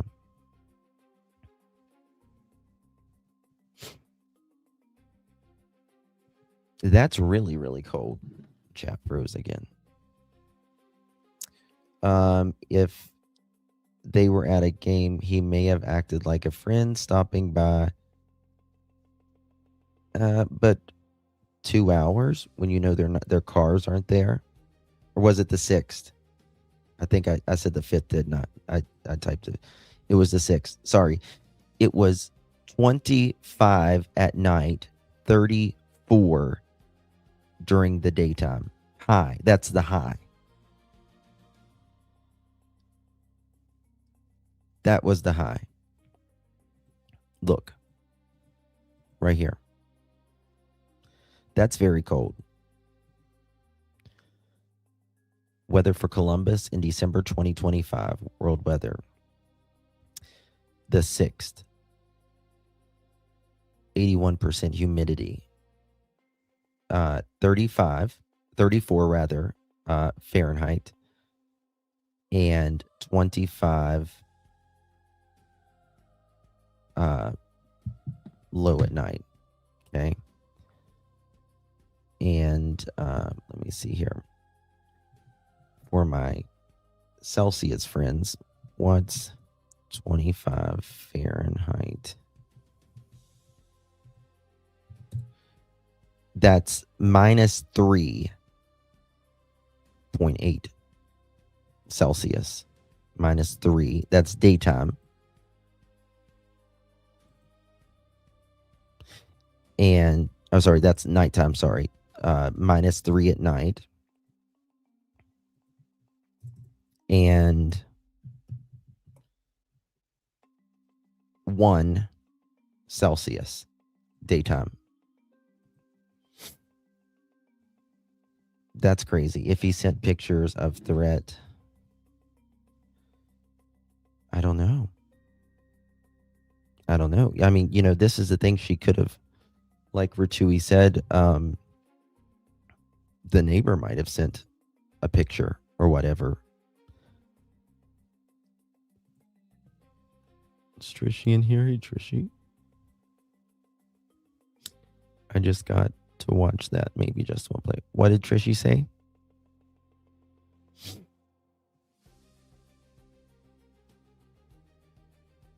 No, I have not seen that. Does someone have that? I have not seen that. Tepe ex-girlfriend. Let me see that. I have not seen that. I remember, hold on. Maybe I showed that. When did she do it?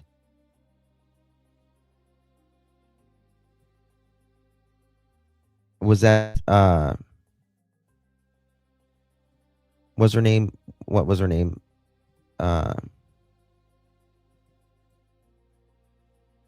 What was her name? TikTok?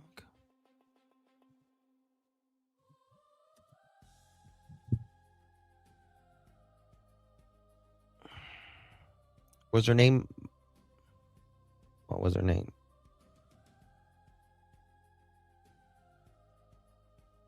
Yeah, I did show one ex-girlfriend, but did I show that already? I think I might have showed that a while back. Yeah, we watched it. I want to make sure. Maybe she, let me see here. Let me just look real quick.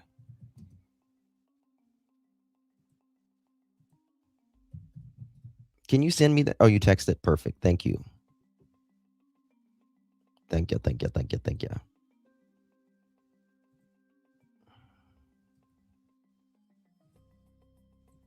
Make sure we saw that. Yeah, yep. I showed this, but let's look at it again. We watched it. I'm like, if there's something I've missed in this case, I'm really shocked. But co-worker that linked this article about a Michael David McKee, and my heart dropped because that's one of my ex-boyfriends, which is pretty insane. I was floored. So just wanted to hop on and talk a little bit about the whole situation. So I dated him around the end of 2017 through a good chunk of 2018, I think. Then we're going to talk about his attorney. What I remember of him is he was just like a nice guy. Like he was quiet, introverted, which there's nothing wrong with that. He was a general surgery resident at the time where I was doing my residency as well. And he was really nice. Like there was no issues with him. He was always kind and respectful with me. I've been over his house. It's pretty crazy that you never know someone. But long story short, he did tell me a little bit about his divorce at the time. So, and again, I want to preface this with this is his side of the story and what he spoke to me. This is not truth. This is obviously very biased. But what he told me was that one day he came home from residency and that Monique had vanished. Like she took everything. She left the house completely empty and also took their dog. He was just left very stunned because he didn't see this coming. And he was like completely devastated. So again, this is his side of the story, his thing. Not even sure if it's truth, but I do remember him saying that to me. He also, another thing that I remember is that he didn't really talk about his parents. He did tell me he was adopted by an older couple, and he just like, they were good parents, but he just never talked about them. He never talked to them.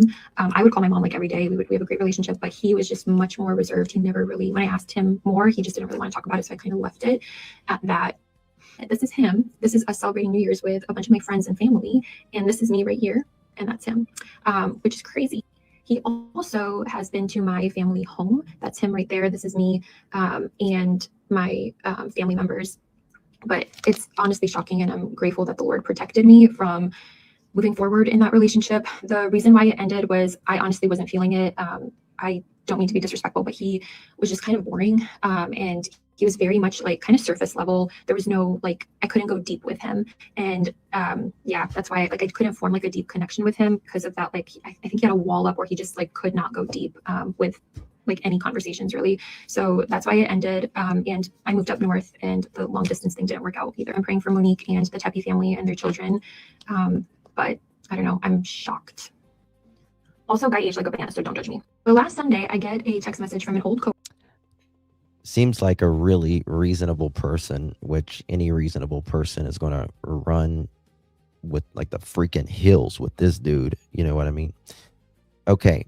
So now, you guys know that Mr. Tepe was in court a few days ago, and I want to just tell you a little bit about his attorney. Yeah, and let me show you it's 1 minute long. Let me show you this video of Michael McKee in court. And look at I think you can see his hand shaking sometimes. Like he looks like he's scared shitless. And I hope the hell he is. He's not attractive now. No. But he, in his like Bumble account, and when he was younger, he was an attractive younger guy. He's aged like fucking shit on his dick, but you know, because he's not even 40 yet. Your Honor, Stephen Schott, Dan Levitt, Shayla Faber for the state. Watch this. First case before the court, State of Ohio versus Michael McKee. It's 26 CR 253. There are 5 counts. 4 counts of aggravated murder, unclassified felonies, and 1 count of aggravated burglary, felony 1. Each of these counts come with a 3 and a 6-year firearm specification. Thank you. Counsel, please make your appearance. Thank you, Your Honor. Diane Menashe on behalf of Michael McKee. Thank you. Your Honor, with respect to the... Doesn't he look scared shitless? He looks like a Vienna. That's hilarious. Guys, if you're just joining us, make sure you hit that thumbs up button. We greatly appreciate it. Share the live out. He was very handsome, it seems like, until he met Monique, and then he went downhill. Well, I think obsession, stress, and all that will do it to you. Doesn't he look scared? Look, watch him. His eyes are constantly going, and someone said you could see his hand shaking. Allegations, we would acknowledge receipt, waive reading, enter not guilty pleas to all counts contained therein. We Wait would till you also hear about his waive attorney. bond at this time, although we certainly reserve the right to raise that at a later date. The plea of not guilty form has been executed and signed on behalf of my client. Nothing further. Thank you, counsel. I've signed the not guilty plea. I'm signing the bond form indicating the bond has been waived. Anything further? No, Your Honor. Thank you. Thank you, Judge. Thank you. Next case, please. Line them up and throw them out. Get out of here, lady. I think this is woman. I think she allegedly. Yeah. Mother gives statement before being sentenced for death of 6-year-old. Okay, so we saw that. Now listen to this. Who dumbass McKee, who his attorney is, right? Hold on one second.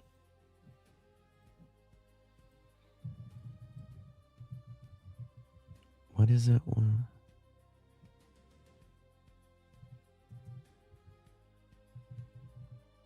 Okay, here we go. Look at her. He's got a very high profile attorney. And I'm pulling up my notes here, right?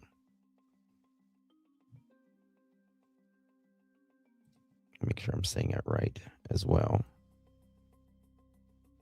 Manisha, is that how you pronounce her last name? She runs the Manisha Law Group, LLC, a firm known for taking serious felonies and white-collar cases. This is Michael McKee's attorney. Very, very talented lady. And I gotta say, she's got her work cut out for her, doesn't she? She has a law degree from Tulane University. She graduated in 1998. She is licensed to practice law in Ohio since 1998. And she's done several federal courts as well in court cases. Maybe withdrawal shakes. Those maybe the roids people talk about. If you think your ex is crazy, he probably is. Lady, protect yourself. Absolutely. He better be scared. Is that what you said? Of course he's scared shitless. Who wouldn't you be? Starflower, thank you so much, my dear. It's not showing up on my side, but thank you so much. I have to use my phone right now. I think he looks extremely angry. His physical condition could be affected by rug withdrawal, especially if he is on, steroids, any type of steroids, anything like that. Absolutely. Absolutely. He certainly lost weight, didn't he? He certainly lost weight. Let me see if I can make this bigger for you guys. Now, she is very well known. And I'm just wondering, like, what kind of stuff she's going to try to. She's going to try to get a lot of stuff thrown out, probably. She's known as a trial lawyer and not a plea bargainer. She's not the type that says, okay, let's just plea out so you can get a, not the death sentence or whatever, right? She's tried well over 150 criminal and civil cases to jury verdicts. That's a lot of high profile white collar type cases, right? She is a fellow of the American College of Trial Lawyers and the International Academy of Trial Lawyers.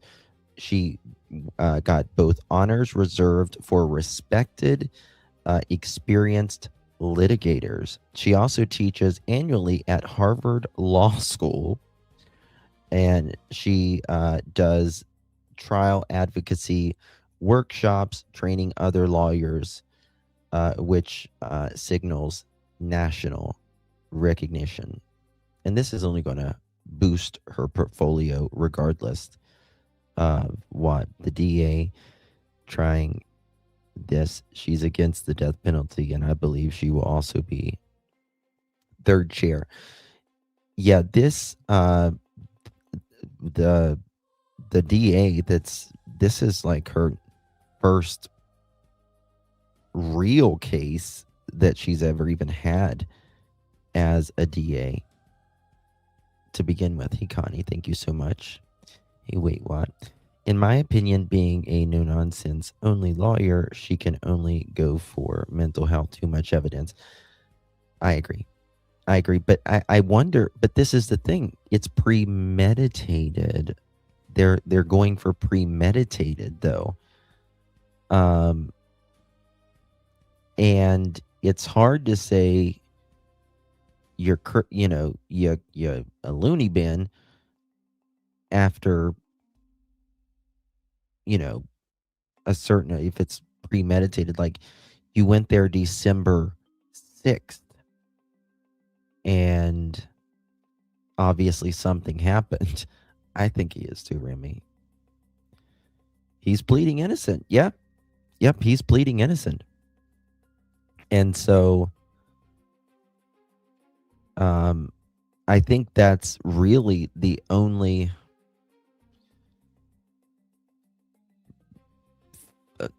fighting chance. All she has to do is create reasonable doubt in this case. Yeah, but and you're right. But I think it's just overwhelming, to be honest with you. I mean, the things that we know already, right? About December 6th and the obviously something was either sent to Monique or something.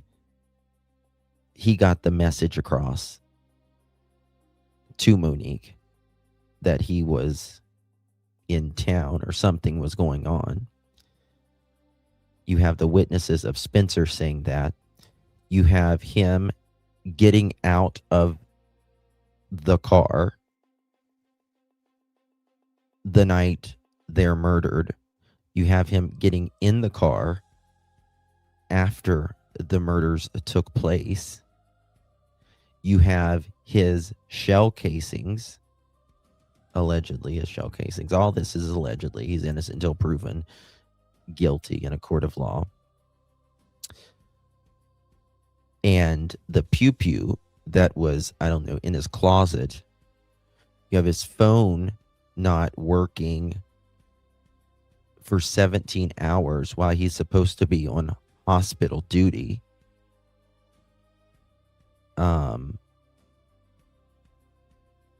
What else? You have long-term, allegedly, threats of him saying that,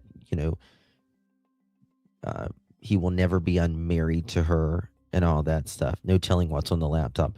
Oh, they're going to, and that's the thing. Like, if he was obsessively looking about every detail of their life, right? Even the day of the 6th, right? He drove allegedly from Rockford to Columbus. I don't see how she can get him off unless it's on technicalities. The only defense she has to plead is temporarily insanity. That seems to be too much evidence stacked against him. Yeah, I don't think the temporary insanity is going to work, in my opinion, for a number of reasons. One being, it seems, I mean, you could argue it different ways, but what we think as the obsession, but she could say, well, he's snapped after that, but also, like, he performed surgeries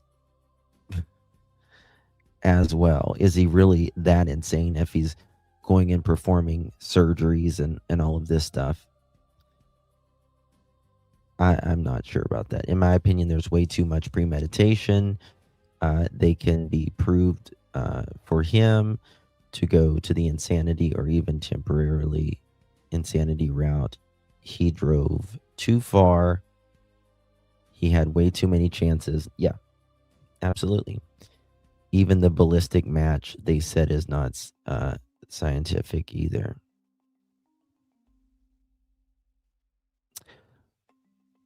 Well, the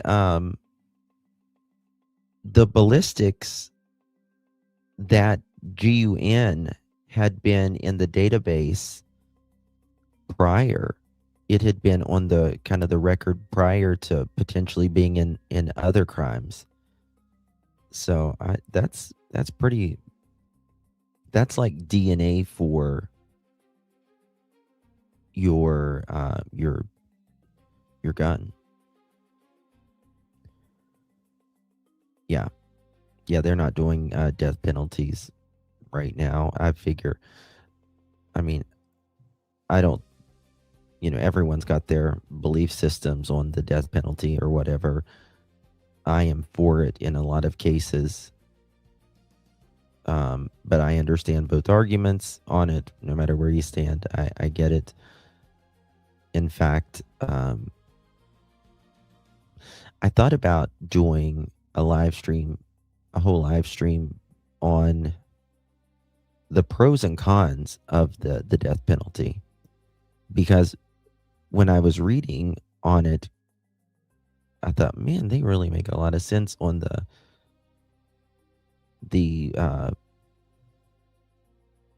being against it. But it's not going to be a death penalty case, I don't think. He's cooked, but it will be a tough. Maybe. His pew pew allegedly matched the shell. Yeah, the NIPA.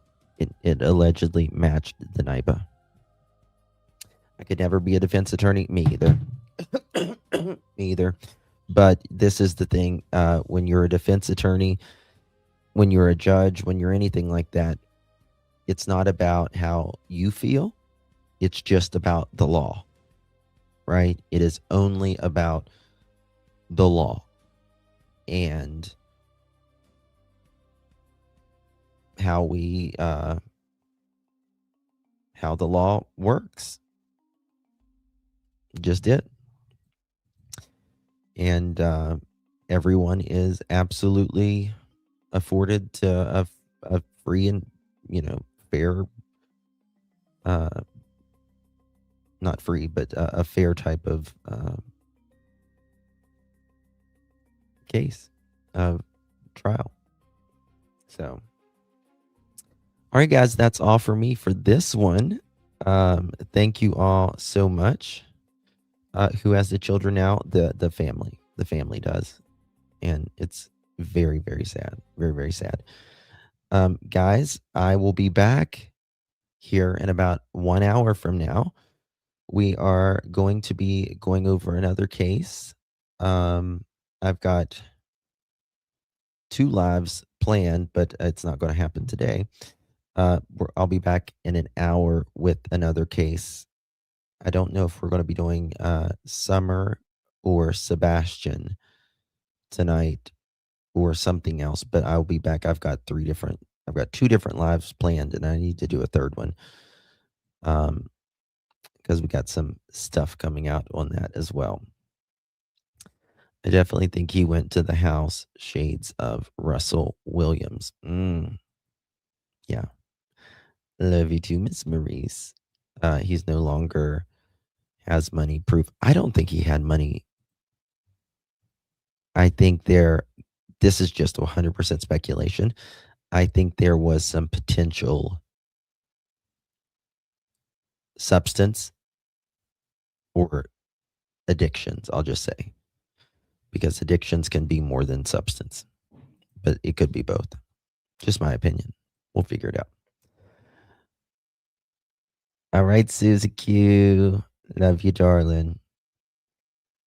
depending on what the case is. Governor made sure. Good. Yes, thank you to mods, members, chat, everyone. God bless you all. Appreciate you. See you guys in the next one.